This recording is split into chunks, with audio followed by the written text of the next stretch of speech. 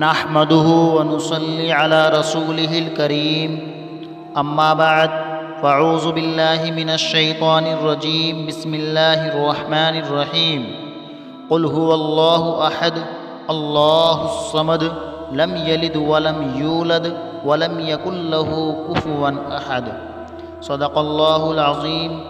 محترم سامعین، آج ہم آپ حضرات کی خدمت میں چھوٹے بچوں کے رونے کے حوالے سے کچھ اہم باتیں لے کر حاضر ہوئے ہیں۔ بہت سارے حضرات یہ سوال کرتے رہتے ہیں کہ ہمارے چھوٹے بچے بہت روتے ہیں۔ تو محترم سامعین، یہ کوئی نئی بات نہیں ہے۔ اللہ تعالیٰ نے چھوٹے بچوں کی فطرت میں یہی بات رکھی ہے کہ وہ بہت زیادہ روتے ہیں۔ یہ کوئی گھبرانے کی بات نہیں ہے۔ الا ماشاء اللہ کوئی بچے ہوتے ہیں جو زیادہ نہیں روتے، لیکن پھر بھی اگر یہی سچویشن ہے، یعنی بچے زیادہ رو رہے ہیں، تو سب سے پہلے تو آپ یہ دیکھیے، آپ اس کا یہ خیال رکھیے کہ اسے کوئی بیماری تو نہیں لگی ہوئی ہے، کیونکہ چھوٹا بچہ ہے، زبان سے تو بتا نہیں سکتا۔ یا آپ یہ دیکھیے کہ اسے بھوک تو نہیں لگی ہوئی ہے، وہ کہیں بھوک کی وجہ سے تو نہیں رو رہا ہے، یا اس کو کسی چیز نے کاٹ تو نہیں لیا ہے۔ اگر وہ بھوک کی وجہ سے رو رہا ہے تو پھر اس کو دودھ پلائیے، یا جو دوسری اس کی خوراک وغیرہ ہے وہ اسے کھلائیے۔ لیکن اگر وہ بھوک کی وجہ سے نہیں رو رہا ہے، اس کو کوئی بیماری ہے، دیکھیے بیماری وہ خود تو نہیں بتائے گا، اس کا خیال ہم ہی لوگوں کو رکھنا پڑے گا۔ تو پھر اس کا علاج، اس رونے کا علاج ڈاکٹروں اور طبیبوں کے پاس ہے۔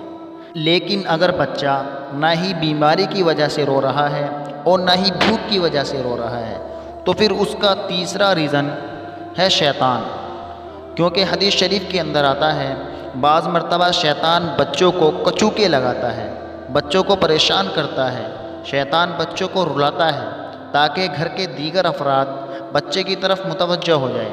ظاہر سی بات ہے، اگر کوئی بچہ روئے گا تو گھر کے افراد اسی کی طرف متوجہ ہوں گے اور اپنے کاموں کو موقوف کر دیں گے۔ اگر بچہ شیطانی وسوسے سے رو رہا ہے تو انشاءاللہ آج ہم آپ حضرات کی خدمت میں ایسی قرآنی آیات، ایسی دعائیں اور ایسے وظیفے پیش کریں گے جن کی برکت سے الحمدللہ بچے کو شفائے کاملہ، صحت عاجلہ نصیب ہوگی۔ اگر بچے ضد کرنے والے ہیں تو ان کی ضد ختم ہو جائے گی، اگر بچے زیادہ رونے والے ہیں تو ان کا رونا ختم ہو جائے گا، اور اگر بچے شر کرنے والے ہیں تو ان کا شر ختم ہو جائے گا، اور اگر بچوں کو نظر لگی ہوئی ہے تو انشاءاللہ ان کی نظر بد بھی ختم ہو جائے گی۔ طریقہ اس کا یہ ہے کہ سب سے پہلے 5 مرتبہ یا 3 مرتبہ درود ابراہیمی پڑھے، اللہم صلی علی محمد والی۔ اس کے بعد 1 مرتبہ سورہ فاتحہ یعنی الحمدللہ رب العالمین، یہ مکمل سورت پڑھے۔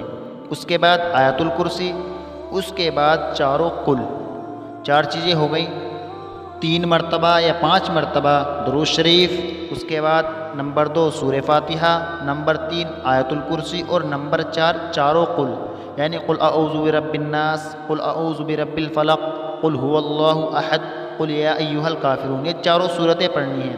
اس کے بعد پھر 5 یا 3 مرتبہ درود شریف پڑھنی ہے، اللہم صلی۔ اس کے بعد بچے پر دم کر دینا ہے۔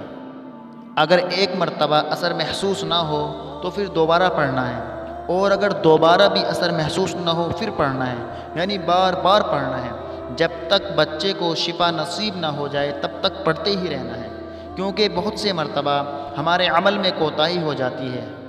اور ان آیاتوں، ان دعاؤں اور ان وظائف کو اعتقاد اور یقین کے ساتھ پڑھنا ہے۔ انشاءاللہ اللہ کی ذات سے امید ہے کہ بچے کو جلد ہی شفا نصیب ہوگی۔ اور دوسرا طریقہ یہ ہے کہ ایک دعا ہے جس کو آپ صلی اللہ تعالیٰ علیہ وسلم حضرت حسنین کریمین رضی اللہ عنہما کو پڑھ کر پھونکا کرتے تھے۔ وہ دعا کیا ہے؟ آپ اسکرین پر بھی دیکھ سکتے ہیں، اعوذ بکلمات اللہ التامہ ومن کل شیطان وہامہ ومن کل عین لامہ۔ آپ یہ دعا پڑھ کر بھی بچے پر پھونک سکتے ہیں، انشاءاللہ بچے کو جلد شفا نصیب ہوگی۔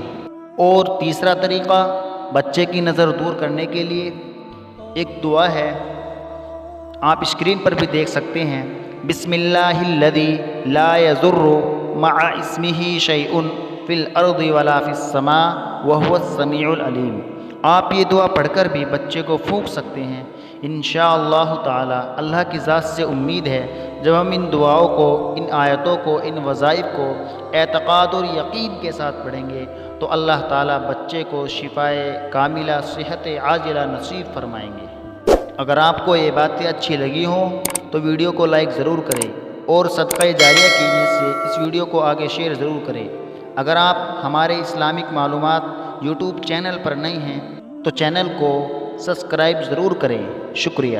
السلام علیکم ورحمۃ اللہ وبرکاتہ۔